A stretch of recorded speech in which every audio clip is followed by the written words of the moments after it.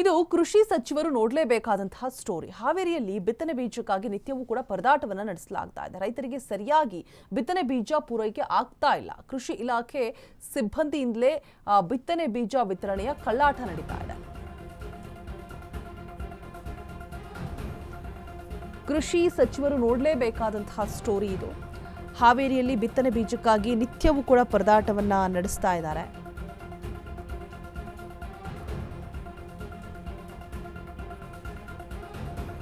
ತಮಗೆ ಬೇಕಾದವರಿಗೆ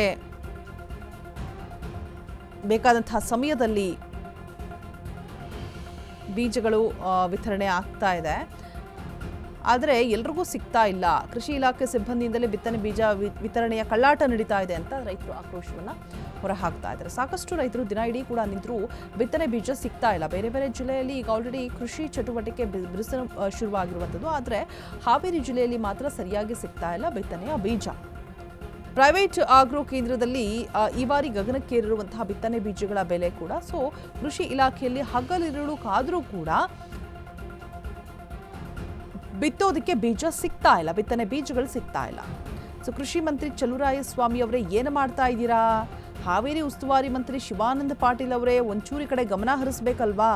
ನೋಡಿ ಈ ದೃಶ್ಯನ, ರೈತರಿಗೆ ಬಿತ್ತನೆ ಬೀಜಗಳನ್ನು ಕಲ್ಪಿಸ್ಕೊಡಿ. ಯಾವ ರೀತಿಯಾಗಿ ಪರದಾಡ್ತಾ ಇದ್ದಾರೆ ತೋರಿಸ್ತೀವಿ ನೋಡಿ. ಒಂಚೂರು ಕಣ್ಬಿಡ್ಕೊಂಡು ನೋಡಿ ಎಷ್ಟು ಪರದಾಡ್ತಾ ಇದ್ದಾರೆ. ಮೊನ್ನೆಯಿಂದನೂ ಕೂಡ ಸಿಕ್ಕಾಪಟ್ಟೆ ತೊಂದರೆಗಳಾಗ್ತಾ ಇದೆ ನೋಡಿ. ಇಲ್ಲಿ ಕೃಷಿ ಇಲಾಖೆ ಸಿಬ್ಬಂದಿ ಕೂಡ ಕಳ್ಳಾಟ ಆಡ್ತಾ ಇದ್ದಾರಂತೆ. ಅವ್ರು ಯಾರವರು ರೈತರಿಗೆ ಸರಿಯಾಗಿ ಬಿತ್ತನೆ ಬೀಜ ಪೂರೈಕೆ ಆಗ್ತಾ ಇಲ್ಲ. ಇಲ್ಲಿ ನೋಡಿದ್ರೆ ಅವ್ರಿಗೆ ಬೇಕಾದವ್ರು ಕೊಡೋದು.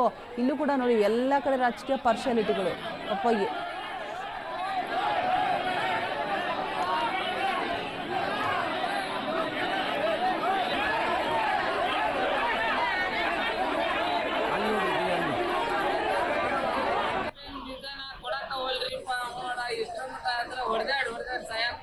ಮಳೆ ಒಂದಾಗೈತಿ, ಬಿತ್ತಾಕ ಬೀಜನ ಸಿಗೋಲ್ಲ. ಯಾಕೆ ಹೋಗ್ರಿ ಬೀಜನ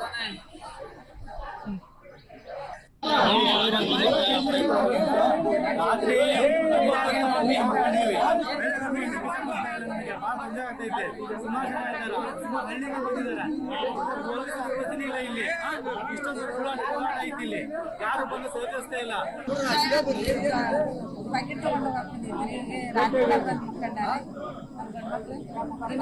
ರಾತ್ರಿ ಎಷ್ಟು ದಿವಸದ ಅಡ್ಡಾಡೋದು? 4-5 ವಾರ ಆತ್ರಿ ಅಡ್ಡಾಡೋದು.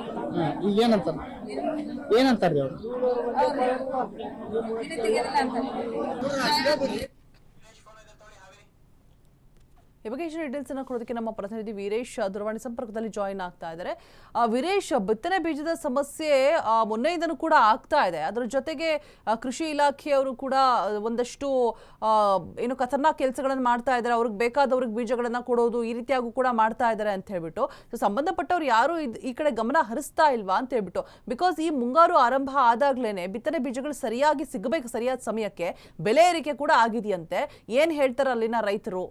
ಅಪ್ಡೇಟ್ಸ್ ಕೊಡೋದಾದ್ರೆ ರೋಜಾ, ಏನು ಅಂತಂದ್ರೆ ಕಳೆದ ವರ್ಷಕ್ಕಿಂತ ಈ ವರ್ಷ ಹಾವೇರಿ ಜಿಲ್ಲೆಯಲ್ಲಿ ಬೀಜದ ಅಂದ್ರೆ ಬಿತ್ತನೆ ಬೀಜದ ಅಭಾವ ಹೆಚ್ಚಾಗಿ ಕಾಣ್ತಾ ಇದೆ. ಇದಕ್ಕೆ ಮುಖ್ಯ ಕಾರಣ ಏನಂತಂದ್ರೆ ಸಂಬಂಧಪಟ್ಟ ಕೃಷಿ ಸಂಬಂಧಪಟ್ಟ ಅಲ್ಲಿ ಸಚಿವರಾಗಿರ್ಬೋದು, ಜೊತೆಗೆ ಅಧಿಕಾರಿಗಳಾಗಿರ್ಬೋದು ಸರಿಯಾದಂತ ಒಂದು ಕಟ್ಟುನಿಟ್ಟಿನ ಕ್ರಮ ತೆಗೆದುಕೊಂಡಿಲ್ಲ. ಜೊತೆಗೆ ರೈತರಿಗೆ ಈ ಬೇಕಾದಷ್ಟು ಬೀಜವನ್ನು ಕೂಡ ಅವರು ಪೂರೈಸಿಕೊಂಡಿಲ್ಲ. ಯಾಕಂತಂದ್ರೆ ಬೇಕಾದ ರೀತಿಯಲ್ಲಿ ತಮಗೆ ಎಷ್ಟು ಬೇಕಾದಷ್ಟು ಅಷ್ಟು ಬೀಜವನ್ನ ಅಲ್ಲಿ ಕೃಷಿ ಆಫೀಸ್ನಲ್ಲಿ ಕಟ್ಟಡದಲ್ಲಿ ಇಟ್ಟು ಕೊರತೆ ಬೀಳುವಂತೆ ಮಾಡುತ್ತಿದ್ದಾರೆ. ಯಾಕಂತಂದ್ರೆ ಪ್ರತಿ ವರ್ಷವೂ ಕೂಡ ಪ್ರತಿ ರೈತರಿಗೂ ಹಂತವಾಗಿ ಬೀಜ ಆಗ್ಲಿ ಅಥವಾ ಇತರೆ ವಸ್ತುಗಳಲ್ಲಿ ಸಬ್ಸಿಡಿ ದರದಲ್ಲಿ ದೊರಕುತ್ತಿತ್ತು. ಆದ್ರೆ ಈ ವರ್ಷ ಸಾವಿರಾರು ಜನರು ಒಮ್ಮೆಲೆ ಬಂದರೂ ಕೂಡ ಮುಗಿ ಬೀಳುವಂತ ಪರಿಸ್ಥಿತಿ ಬಂದಿದೆ. ಯಾಕಂತಂದ್ರೆ ದಿನಕ್ಕೆ 1,000 ಜನ ಬಂದ್ರು 100 ಜನಕ್ಕೆ ಬೀಜ ಸಿಗುತ್ತೆ, ಉಳಿದ ಜನ ಹಾಗೆ ವಾಪಸ್ ಹೋಗ್ತಾರೆ. ಇಂತ ಒಂದು ಪರಿಸ್ಥಿತಿ ಅಲ್ಲಿ ನಿರ್ಮಾಣ ಆಗಿದೆ. ಜೊತೆಗೆ ಅಧಿಕಾರಿಗಳು ಕೂಡ